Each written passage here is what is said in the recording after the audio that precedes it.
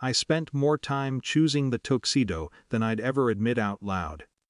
Not because it was a particularly important event in any objective sense. Just a family engagement dinner at a rented banquet hall, linen tablecloths, polite music, the usual choreography of forced smiles and overstated pleasantries. But clothing, like posture, can feel symbolic when you grow up negotiating your place in a room. The hall buzzed with the dull warmth of social obligation when I arrived. Glassware clinked softly. Conversations overlapped in that strange, indistinct hum of extended family pretending to enjoy one another. I spotted my table quickly, and then I noticed my chair, occupied. My brother's date sat there, scrolling through her phone with the relaxed comfort of someone unaware they were displacing anything meaningful. My name card had been pushed slightly aside, half hidden beneath the edge of a plate. It was such a small thing, embarrassingly small. For a moment, I simply stood there, waiting for someone to register the mismatch. No one did. My brother leaned back in his seat, laughing at something my cousin said. My mother adjusted her napkin. My father sipped his drink. Eventually I cleared my throat. "I think that's my seat." The girl looked up, mildly confused, then glanced at my brother. He shrugged. Dad didn't even look at me when he spoke. "It's just a chair." The sentence landed with that familiar softness, the tone reserved for moments when my reactions required calibration. "You can stand anywhere," he added. "Don't be dramatic." Dramatic. A word that had followed me through childhood like background noise. Dramatic for objecting. Dramatic for noticing. Dramatic for remembering. I felt the eyes of nearby relatives flicker briefly toward me, then away, the collective discomfort of witnesses to something socially inconvenient but not socially actionable. The rational response was obvious. Smile. Wave it off, find another chair. That had always been the rational response. And for years, I had perfected it. But standing there in a tuxedo, absurdly overdressed for my assigned role of flexible inconvenience, something inside me resisted the reflex. Not anger. Just exhaustion. Memory surfaced, not as vivid scenes but as emotional patterns. Birthdays rearranged. Achievements minimized. Preferences negotiated into irrelevance. 1,000 tiny recalibrations of self. Always reasonable. Always accommodating. Always dramatic otherwise. "I don't mind standing," I said finally. Dad nodded slightly, satisfied by what he likely interpreted as compliance.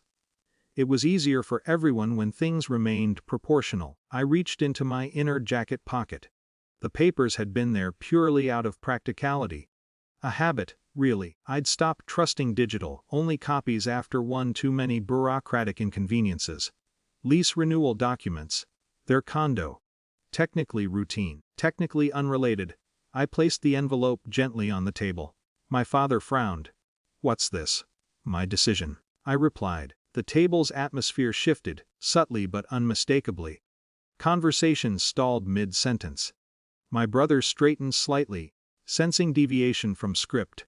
Dad opened the envelope with mild irritation rather than concern. I watched recognition spread across his face in slow, reluctant stages. Confusion, focus, then something heavier. "This isn't funny, I know." My voice surprised even me, calm even, almost detached. Across the table, my brother leaned forward. "What is that?" Dad's eyes lifted to mine. "You wouldn't?" There was no accusation in his voice, only disbelief. And beneath that, something closer to unfamiliarity. The room seemed to narrow, background noise dissolving into an awkward, suspended silence.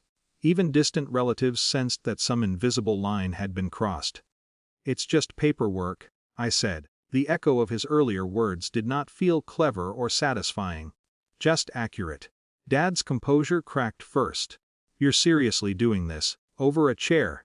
The question lingered in the air, heavy with its own logic. Over a chair, not over years. Not over patterns. Not over erosion. Just a chair. I considered explaining. The accumulation. The context, the 1,000 invisible negotiations. But explanations require a shared language of recognition. And I was suddenly unsure we possessed one. "It's not about the chair." My brother's date shifted uncomfortably, suddenly aware she had become collateral in something she didn't understand. My mother stared at the tablecloth, jaw tight. Dad pushed the papers back toward me. This is family. Yes! And families don't? Families don't what? The question came out softer than intended. Not confrontational, genuinely curious. He had no immediate answer. Which, in its own way, was answer enough. No one raised their voice after that. No dramatic exit, no cinematic confrontation. Just a long, strained quiet. Eventually, my brother's date stood and moved to another chair without meeting my eyes. The symbolic geometry of the table reassembled itself too late to matter. Dinner resumed in fragments. Conversations forced, laughter brittle.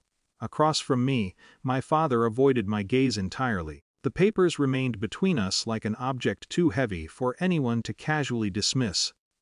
When the evening finally ended, there were no resolutions, only glances, distances, recalculations. Walking back to my car, I felt neither triumph nor regret. Only a strange, unfamiliar steadiness. Some boundaries don't explode into existence, they harden quietly.